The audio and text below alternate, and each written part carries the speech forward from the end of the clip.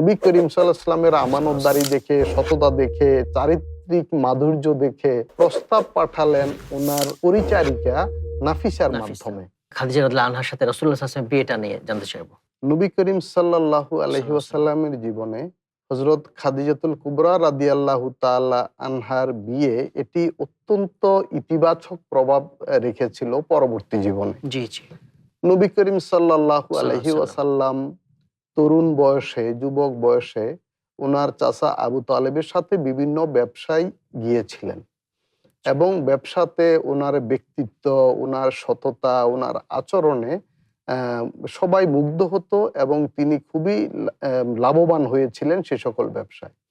তো ওনার সুনাম সুখ্যাতি সারা আরবে তখন ছড়িয়ে পড়ে। হযরত খাদিজা রাদিয়াল্লাহু তাআলা আনহাও একজন ব্যবসায়ী ছিলেন। ওনার ব্যবসা দেখাশোনার জন্য একজন ম্যানেজার হিসাবে হযরত নবী করিম সাল্লাল্লাহু আলাইহি ওয়াসাল্লামকে প্রস্তাব করলেন এবং নিয়োগ দিলেন। প্রতিদিনের পুষ্টির চাহিদা পূরণে পরিপূর্ণ আস্থায় আরডি ইউএচটি মিল্ক, ভালোবাসার বিশুদ্ধতায়।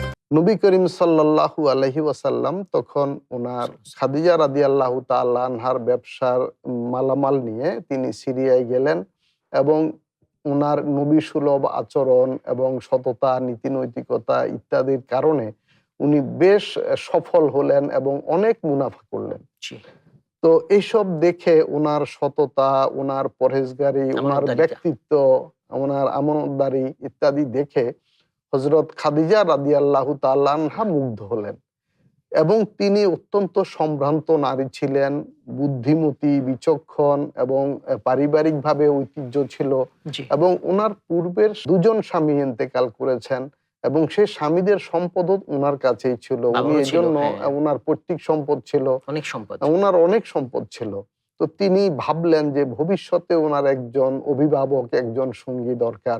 তখন তিনি নবী করিম সাল্লাল্লাহু আলাইহি ওয়াসাল্লামের আমানতদারি দেখে, সততা দেখে, চারিত্রিক মাধুর্য দেখে ওনার এই ব্যক্তিত্বে প্রভাবিত হয়ে তিনি চাইলেন ওনাকে জীবন সঙ্গী করবেন এবং এটি তিনি প্রস্তাব পাঠালেন ওনার পরিচারিকা নাফিসার নাফিসা। মাধ্যমে। তো নবী করিম সাল্লাল্লাহু আলাইহি ওয়াসাল্লামের কাছে যখন এই প্রস্তাব আসলো, তো উনি দেখলেন ওনার মালকিন ওনাকে বিয়ের প্রস্তাব পাঠিয়েছেন। আমাদের সাধারণ যুবকরা হলে হয়তো কারো সাথে পরামর্শ না করে এইভাবেই বিয়েতে মতামত সায় দিয়ে দিয়ে দিত। দিত। তো তিনি ওনার চাচা, ওনার অভিভাবক মুরব্বী আবু তালেব ওনার কাছে যেতে বললেন যে আমার চাচার কাছে, যেহেতু উনি চাচার কাছেই পালিত হয়েছিলেন।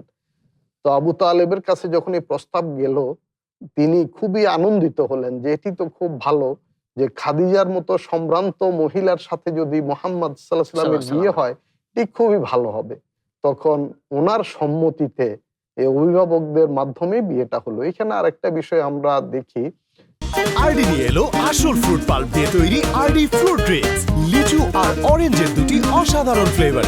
যে বিয়ে শাদীতে উভয় পক্ষের অভিভাবক থাকা বাঞ্ছনীয়, বিশেষ করে মেয়েদের জন্য। ইসলাম বলেছে। নবী করিম সাল্লাল্লাহু আলাইহি ওয়াসাল্লাম বলেছেন, আইয়ুমা ইমরাতিন নাকাহাত বিগাইরি ইজনি ওয়ালিহা ফানিকাহুহা বাতিলুন বাতিলুন বাতিল। তিনবার বলেছেন বাতিল। জি। অর্থাৎ কোন কুমারী কন্যা যদি অভিভাবকের মতামত ছাড়া, অনুমতি ছাড়া বিয়ে করে, তাহলে সেই বিয়ে ঠিক হবে না, বৈধ না, বাতিল। বাতিল। তো আমরা দেখি অনেক মেয়েরা না বুঝে অনেক সময় এই সিদ্ধান্ত নেয় এবং বিয়ে করে ফেলে। ফলাফল কিন্তু ভালো হয় না। পরবর্তীতে তারা কিন্তু খুবই কষ্টে নিপতিত হয়।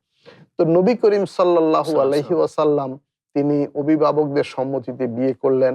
বিয়ের পরে এবং এই দাম্পত্য জীবন, নবীজির সন্তান এই খাদিজা রাদিয়াল্লাহু তাআলা আনহার গর্ভে সবাই।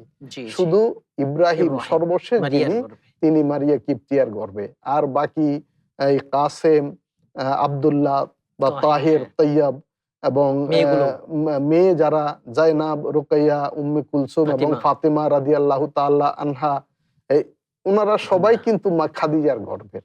এবং এই নবীজির জীবনে এই 25 বছর বয়সে বিয়ে থেকে 53 বছর বয়স পর্যন্ত পুরো সময়টা কিন্তু ওনার একজন স্ত্রী ছিলেন খাদিজা এবং রাদিয়াল্লাহু আনহা। খাদিজা রাদিয়াল্লাহু তাআলা আনহা তিনি অত্যন্ত সৌভাগ্যবতী নারী যে তিনি নবীজির জীবনে একমাত্র স্ত্রী এবং আসলে উনি ছিল, এটাই ছিল নবীজির মূল বিয়ে। মূল বিয়ে বলা আর যায় এটা। বাকিগুলো ছিল সামাজিক কারণে, রাজনৈতিক কারণে, ইসলামিক পরবর্তী প্রসারের ইসলামের জন্য, প্রচারের সামাজিক জন্য। সমর্থনের জন্য, ইসলামের প্রচার প্রসারের জন্য পরবর্তী বিয়েগুলো হয়েছিল। জি, মোহতারাম সুন্দর বলেছেন।